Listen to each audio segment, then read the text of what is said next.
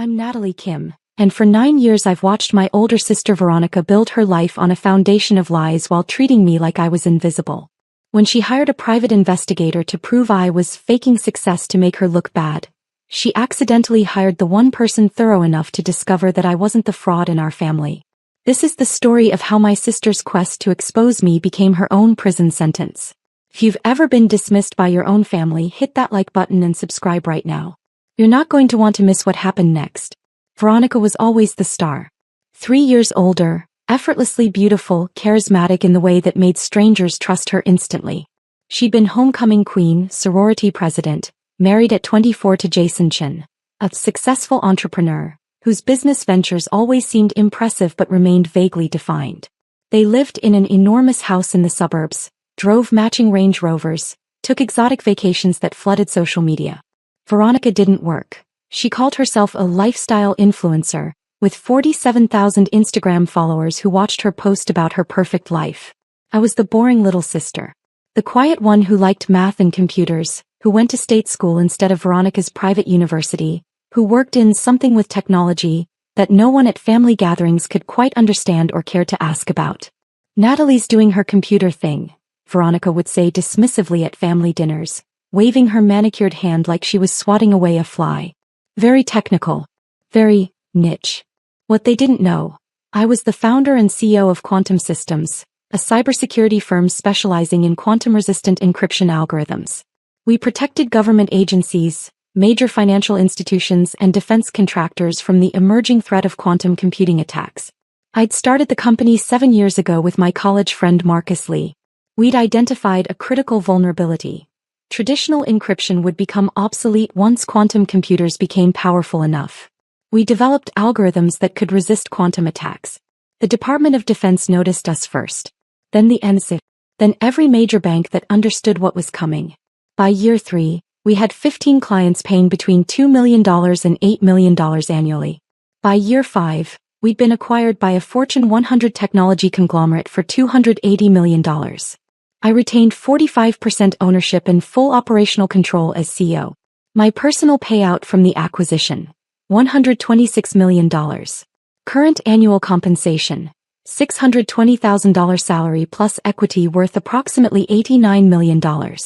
Total net worth, $178 million. I'd never told my family any of this. Why? Because Veronica had spent our entire lives competing with me for things I never wanted. Our parents' attention, social status, validation from strangers. I needed to know if she could love me as Natalie the person, not Natalie the threat to her supremacy. I got my answer years ago. But I kept watching, kept documenting, kept building my company while she built her facade. I lived in a comfortable but modest townhouse in the city. I drove a 4-year-old Toyota. I wore sensible clothes to family events. When Veronica posted about her designer purchases and luxury trips, I double-tapped and said nothing. At family gatherings, she'd hold court, showing photos of her latest vacation or renovation project. Mom and Dad would praise her taste, her lifestyle, her success at building a brand. Then they turned to me with polite obligation. And Natalie, how's work? Good. Still at that tech company? What do you do again? Cybersecurity. Algorithm development. Blank stares. Then back to Veronica. Veronica's doing so well, Mom would say proudly. Building her platform, creating content. It's like running a small business. Meanwhile, Quantum Systems had just secured a $47 million contract with the Department of Homeland Security. We were expanding to a second office in Washington, D.C. Forbes had reached out about profiling me as one of the top female CEOs in cybersecurity. I'd declined. I wasn't ready for my family to know. My business partner Marcus knew about my family situation. Nat, your sister posts about her blessed life 3 times a day while you're actually building something that matters. Why do you keep going to these dinners? Because I need to see how far the lie goes, I'd said. Veronica's lifestyle has never made sense. Jason's businesses are always changing. The money doesn't add up. You think something's wrong? I think when you build a life entirely on appearance, something has to be holding it up. And it's not hard work or legitimate income. I was more right than I knew. What I didn't know, what nobody knew, was that Veronica and Jason's perfect life was funded by systematic fraud. Jason's entrepreneurial ventures were investment schemes. He'd recruit investors with promises of revolutionary tech startups, green energy projects, real estate developments. He'd show them glossy presentations, fake financial projections, testimonials from previous investors, who were actually friends paid to lie. People would invest. The money would go into accounts Jason controlled. He'd send quarterly statements showing impressive returns, all fabricated. When investors wanted to cash out, he'd stall, make excuses, eventually pay them from new investor money. Classic Ponzi scheme, dressed up in millennial entrepreneur clothing. Veronica wasn't just complicit, she was the star salesperson. Her Instagram influence, her charisma, her blessed life aesthetic brought in investors constantly. If Jason and Veronica are living this well, his investments must be amazing. Over 5 years, they'd recruited 63 investors. Total money raised, $8.4 million. Actual investments made, approximately $300,000, most of which lost money. The rest went to fund their lifestyle. The house, the cars, the vacations, the designer clothes that maintain the illusion of success. The math was inevitable. Eventually they'd need more new money than they could recruit. Eventually someone would want their money back and wouldn't accept excuses. Eventually it would collapse.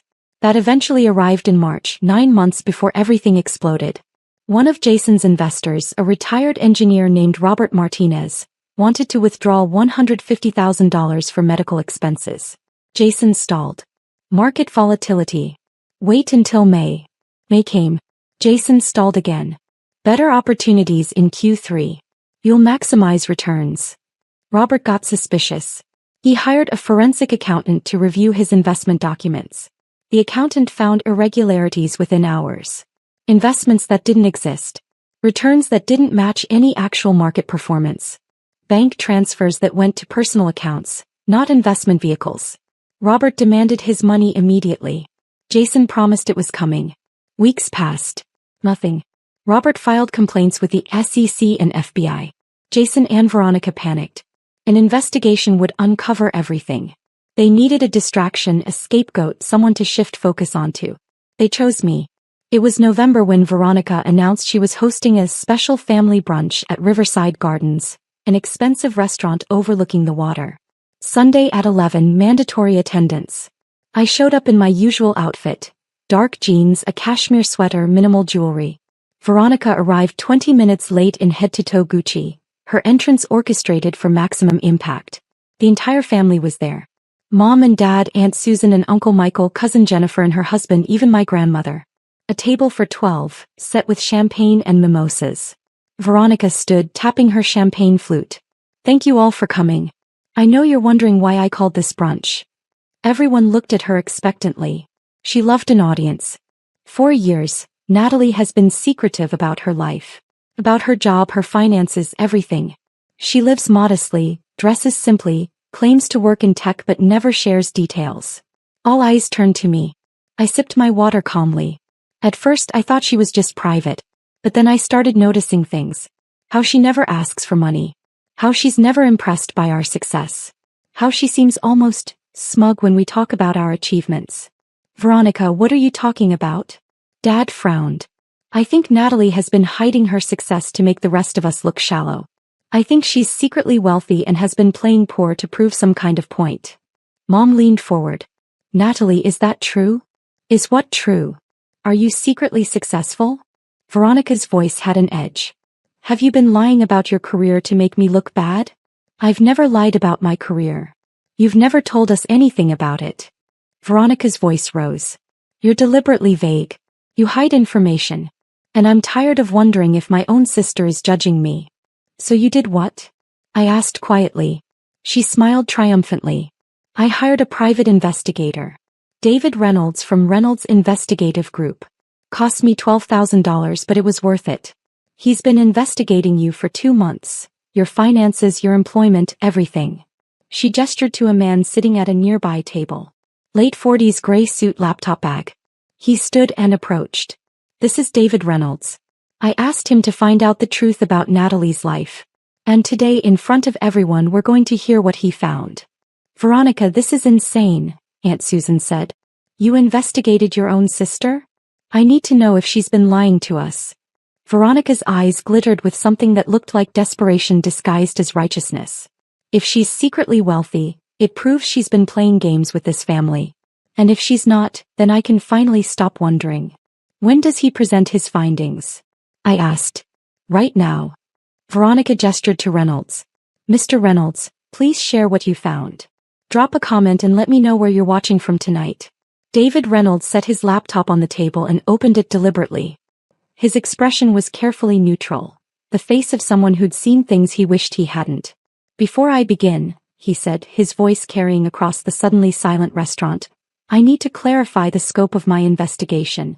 Ms. Chin hired me to investigate her sister's finances and employment. I did that. But comprehensive background investigations require examining all relevant parties and relationships. That's standard practice. Veronica waved her hand impatiently. Yes, just tell us about Natalie. Reynolds pulled up a document. Report 1. Natalie Grace Kim, professional and financial background. The table went silent. A waiter approached, sensed the tension and retreated. Ms. Kim holds a Bachelor of Science in Computer Science and a master's degree in Applied Mathematics from University of Washington. 7 years ago she co-founded Quantum Systems, a cybersecurity firm specializing in quantum-resistant encryption algorithms. Veronica's confident smile began to flicker. Quantum Systems provides security solutions for government agencies, financial institutions and defense contractors. Their proprietary algorithms protect against emerging quantum computing threats.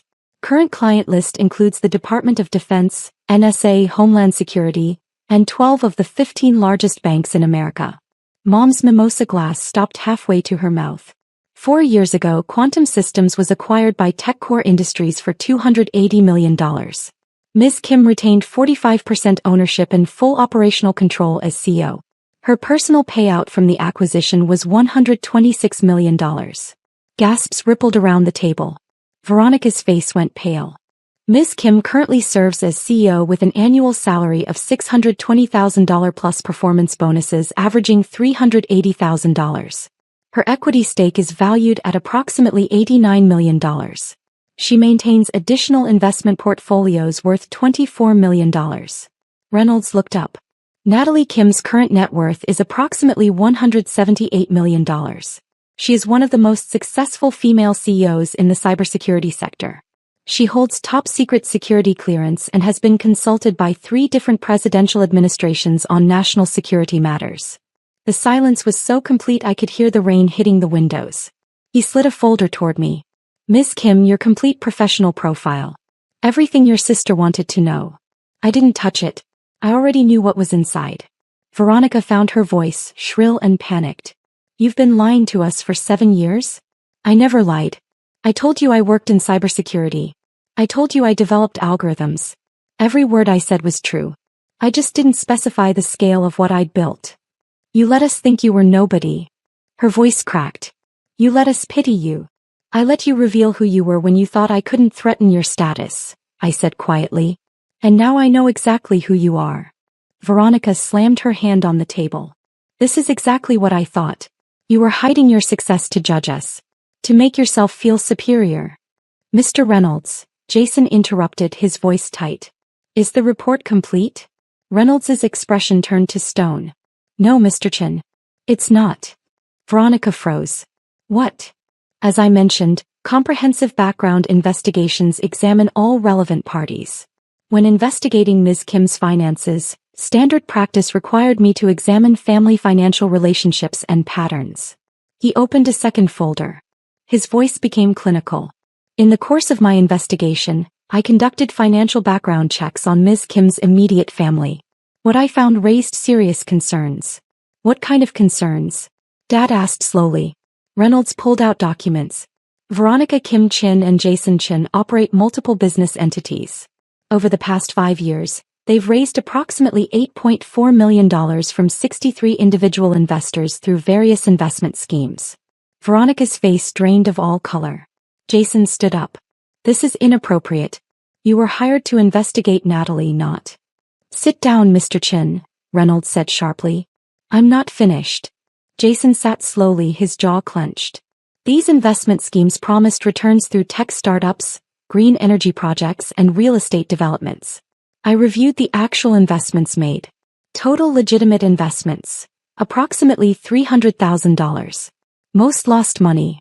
Reynolds pulled out more documents, laying them across the table like cards in a poker game.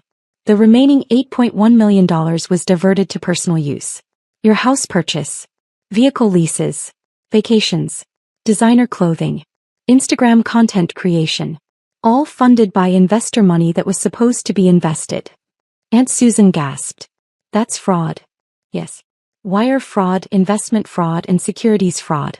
When investors requested withdrawals, they were paid using money from new investors. That's a Ponzi scheme. He pulled out bank statements. Wire transfers from investor accounts directly to personal accounts. Credit card statements showing luxury purchases charged to business accounts.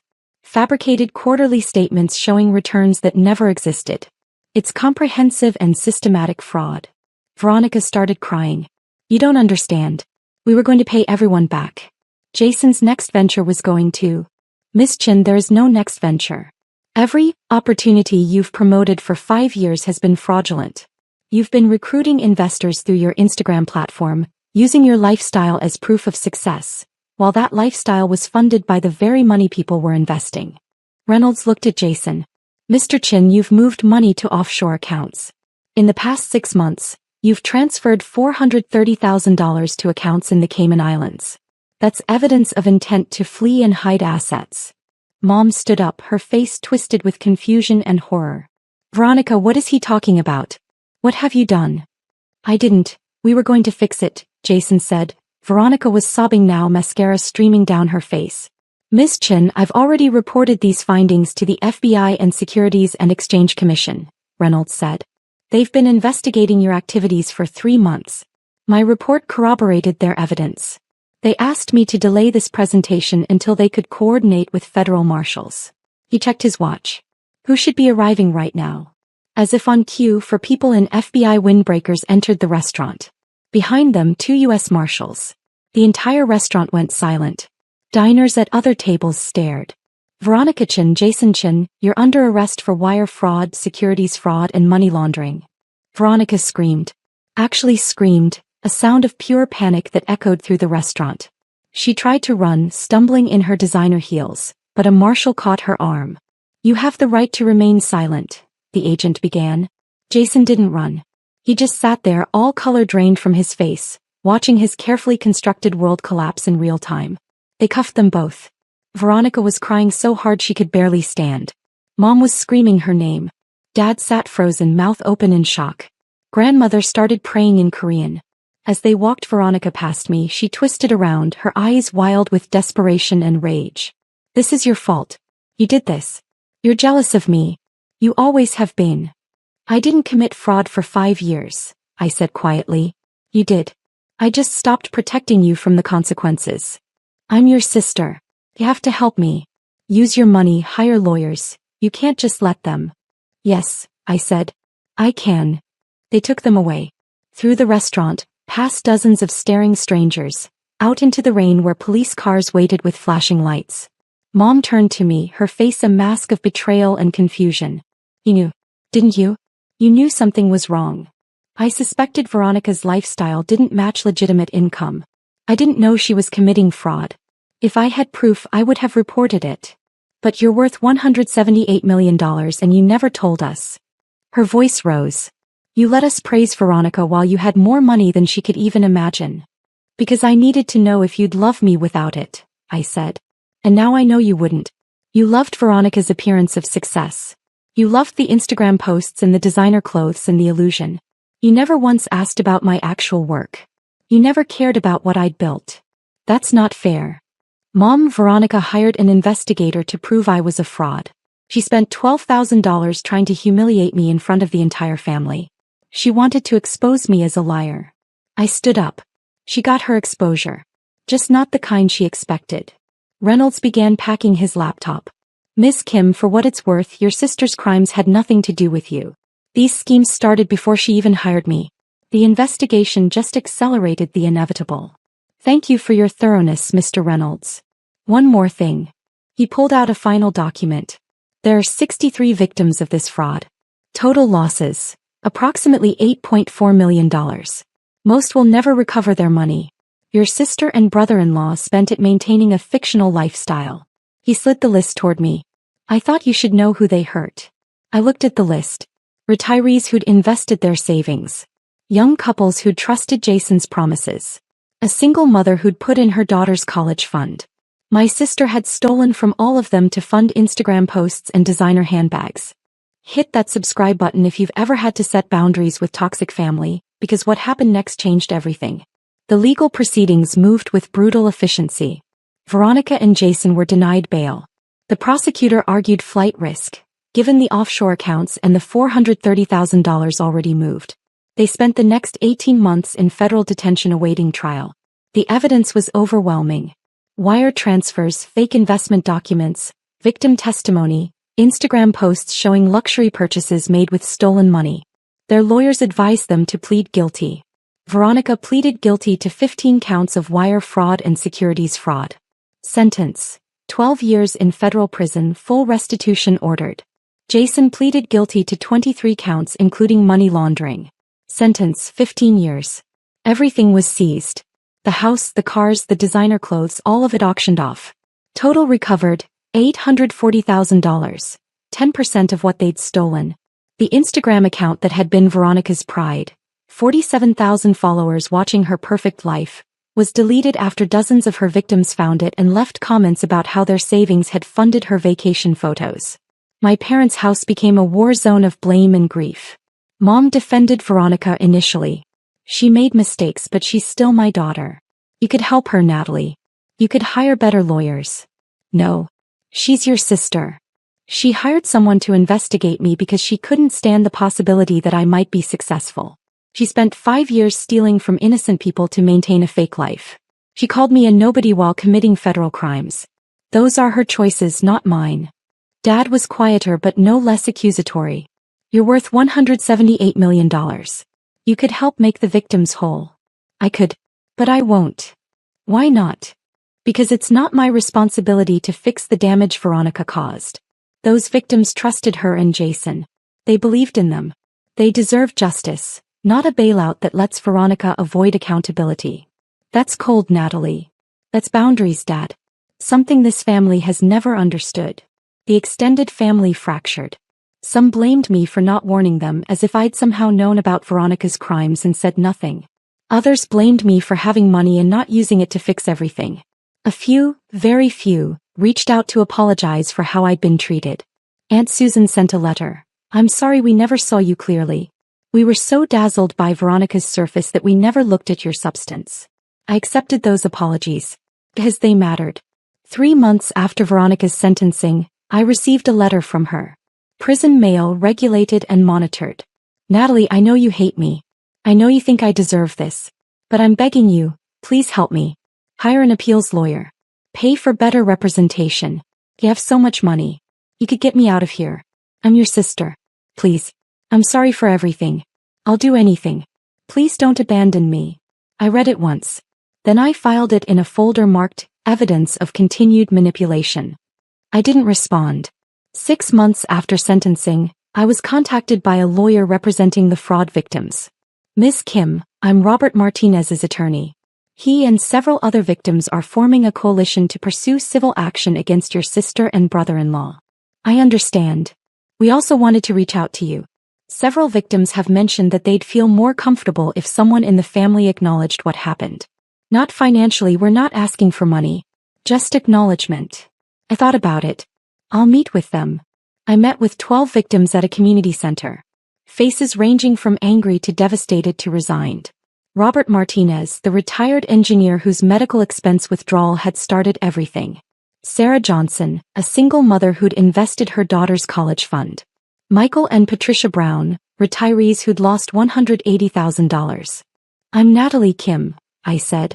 Veronica's sister. I want you to know, I had no knowledge of her fraud. If I had known, I would have reported it immediately. I'm sorry for what she did to you. Robert spoke first. Miss Kim, we don't blame you. We blame ourselves for believing her. You shouldn't. She was convincing. That's what made her dangerous. Are you going to help her? Sarah asked quietly. Everyone keeps saying you're rich. That you could hire lawyers to get her out. No. Veronica made choices that hurt dozens of people. She needs to face those consequences. I won't interfere with that. Michael nodded slowly. Thank you. We were afraid family money would get her out early. It won't. I promise you that. After the meeting, I established the Investment Fraud Victim Recovery Fund. $5 million to provide financial counseling and assistance to fraud victims nationwide. Not just Veronica's victims, but all victims of investment fraud. I didn't make Veronica's victims whole. That wasn't my responsibility. But I could help prevent others from experiencing what they'd experienced. It's been 4 years now. Veronica is serving her sentence at FCI Danbury. She writes occasionally, letters that shift between apologetic and manipulative. I don't respond. Jason is at a different facility. I've heard nothing from him. My parents and I have a distant relationship. They visit Veronica monthly. They've asked me to come with them. I've declined every time. She's changed, Mom said last time. Prison has humbled her. She understands what she did wrong. Good. Then she's exactly where she needs to be to learn that lesson. Don't you miss your sister? I miss the sister I thought I had. The one who didn't commit fraud and hire investigators to humiliate me. That sister never existed. Quantum Systems continues to expand. We're now valued at $890 million. We've opened offices in 3 countries. I've been profiled in Forbes, Fortune, and the Wall Street Journal. I speak at conferences about cybersecurity and quantum computing threats. I'm no longer hiding. Because I don't need to protect myself from Veronica's jealousy anymore. She's in prison. Her facade is destroyed. The truth is public. Last month I received a different kind of letter. From one of Veronica's Instagram followers, someone who'd watched her content for years. I'm writing to thank you. I was about to invest with Jason when the arrest happened. Your sister's posts made their life look so successful. I would have given them $50,000. My entire savings. The investigation saved me. So thank you. Even if you didn't mean to, you saved a lot of people. Maybe that's the real lesson. That truth is protective. That facades eventually crumble. That the person who looks most successful might be the one standing on the most unstable ground. I learned that family is not about blood or obligation or shared last names. It's about integrity, honesty, and choosing each other without conditions. It's about loving people for who they are, not what they appear to be. Veronica chose appearance over substance. She chose fraud over work. She chose to investigate me rather than examine her own choices. Those were her decisions. I chose truth, even when it destroyed my family's illusions. I chose boundaries even when they looked like cruelty to people who wanted me to enable Veronica. I chose to let her face consequences, even when I had the money to shield her from them. Those were my choices. And I'd make them again. Because you are not responsible for fixing disasters other people create. You are not obligated to sacrifice your peace to maintain someone else's lies. You are not cruel for refusing to enable someone's continued destruction. Sometimes the kindest thing you can do is step aside and let someone face exactly what they've built. If you've ever had to cut off toxic family to save yourself, tell me your story in the comments.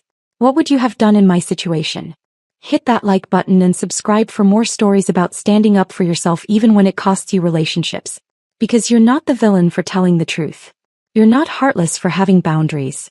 And you're not responsible for protecting people from the consequences of their own choices. Not even when they're family. Especially not when they're family.